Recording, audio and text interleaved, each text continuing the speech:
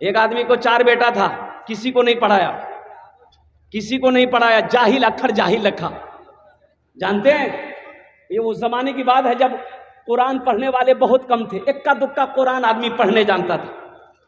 बाप का आखिरी वक्त आ गया, मरने लगा, रोने लगा, तो बेटों ने कहा कि बाबा ते कने का नहीं जा। तो बाप बोली कि बेटा हम सिर्फ दौलत कमाए, आखिरत नहीं बना पाए। मैं रो इसलिए रहा हूं कि अल्लाह पूछेगा, मैं क्या जवाब दूंगा। सोना चांदी तो मैंने कमाया, लेकिन कब्र के लिए तैयारी नहीं कर पाए, ना कब्र के लिए ना हशर के मैदान के लिए। मैं अल्लाह को क्या मुंह दिखाऊंगा। डर लग रहा है बेटा, मुझे डर लग रहा है। लेकिन एक वसीयत है मेरे बेटों, मेरे मरने के बाद ये वसीयत पूरी करोगे।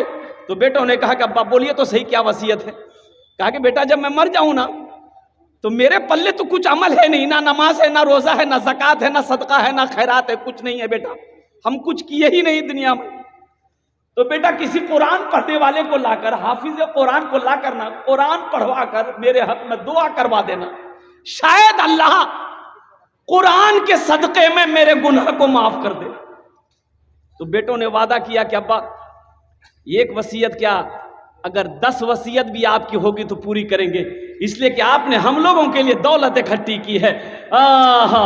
बाप इस दुनिया से चला गया, इस दुनिया से चला गया।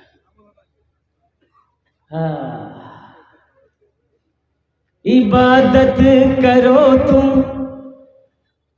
इबादत करो तुम सदा अपने रब की, ये दुनिया किसी की हुई है न होगी। इबादत करो तुम सदा अपने रब की, ये दुनिया किसी की हुई है न होगी। इबादत करो तुम सदा अपने रब की, ये दुनिया किसी की हुई है न होगी। यहाँ पर किसी की बनी ना बनेगी, मिलेगी तो 2 गज ज़मीं ही मिलेगी। यहाँ पर किसी की बनी ना बनेगी, मिलेगी तो 2 गज ज़मीं ही मिलेगी। मरने वाला मर गया, बेटे जमा हुए, रिश्तेदार आए, नहलाया धुलाया गया, जनाजा पढ़ा गया, कब्रिस्तान में ले जाके दफन कर दिया। चारों बेटा रात में बैठा मशवरा करने के लिए कि अब्बा मर गया है, वसीयत के मुताबिक किसी हाफिज कुरान को लाकर कुरान पढ़वा कर दुआ करवाना है। तो 3 बेटा बोला, छोटे भाई से बोला कि सुना ज्यादा परेशान मत हुए, बाबा मर ले गेले, अब वो जाने कबर जाना है, टेंशन मत ले, अपनो अपनो काम करें। हम कहां ढूंढने जाएंगे भाई हाफिज कुरान कौन है, मर के तो देखो ना, कौन किसको याद करता है भाई, मरने के बाद कोई किसी को याद करता है। ये घर वाले 2-4 दिन रो लेंगे, आंसू बहा लेंगे, दुआ हुआ होगा तो करवा देगा, 6 महीना 4 महीना 6 महीना साल भर तक याद रखेगा, फिर उसके बाद कौन थे आप, आपका नाम लेने वाला कोई नहीं। ये इतनी बड़ी जालिम दुनिया है, ये धोखे की दुनिया है।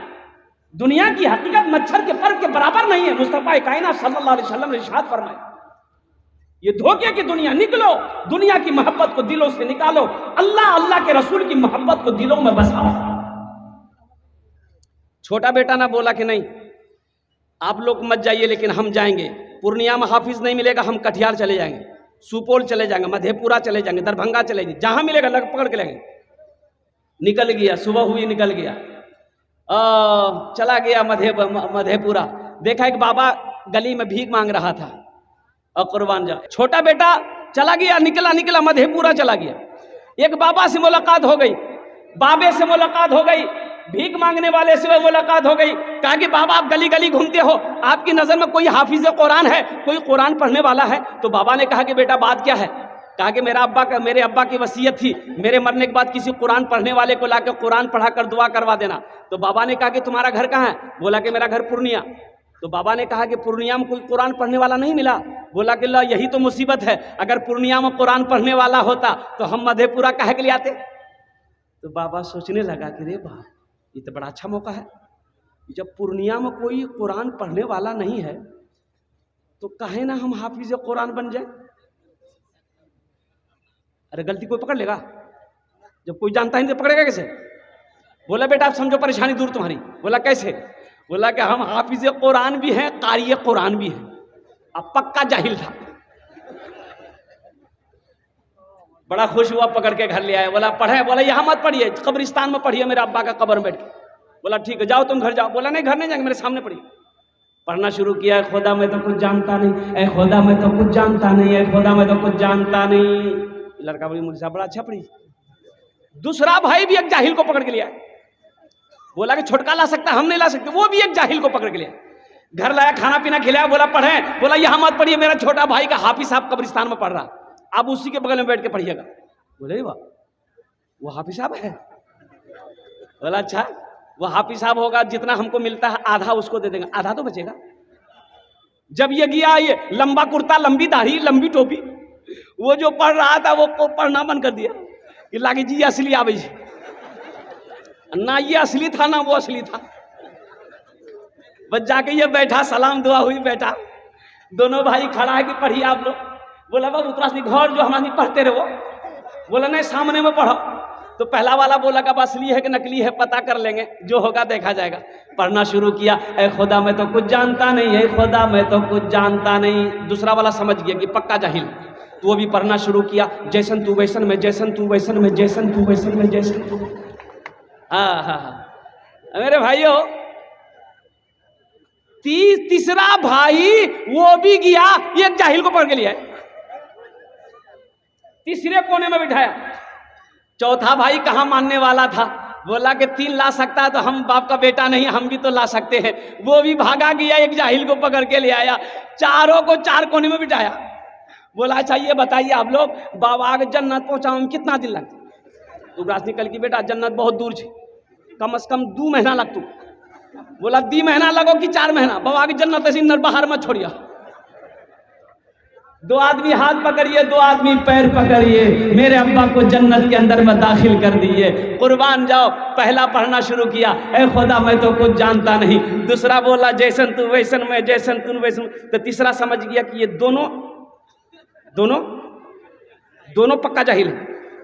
तो वो भी पढ़ना शुरू किया, ये अंधेरी तकलीफ कब तक चलेगी, कब तक चलेगी, कब तक चलेगी। फिर चौथा समझ गया कि तीनों पक्का जाहिल है। वो भी पढ़ना शुरू किया, जब तक चले चलने दो, जब तक चले चलने दो, जब तक चले चलने दो। कब्र में फेंक देगा जमाना, फेंक कर लोग होंगे रवाना। कब्र में फेंक देगा जमाना, फेंक कर लोग होंगे रवाना। मिट्टी डालेंगे फिर मुट्ठी मुट्ठी, ये भी हिस्सा उठाना पड़ेगा। दोस्तों एक दिन इस चमन से आशियाना उठाना पड़ेगा। उठ गया जिस घड़ी आबोदाना, छोड़कर सब को जाना पड़ेगा। उठ गया जिस घड़ी आबोदाना, छोड़कर सब को जाना पड़ेगा।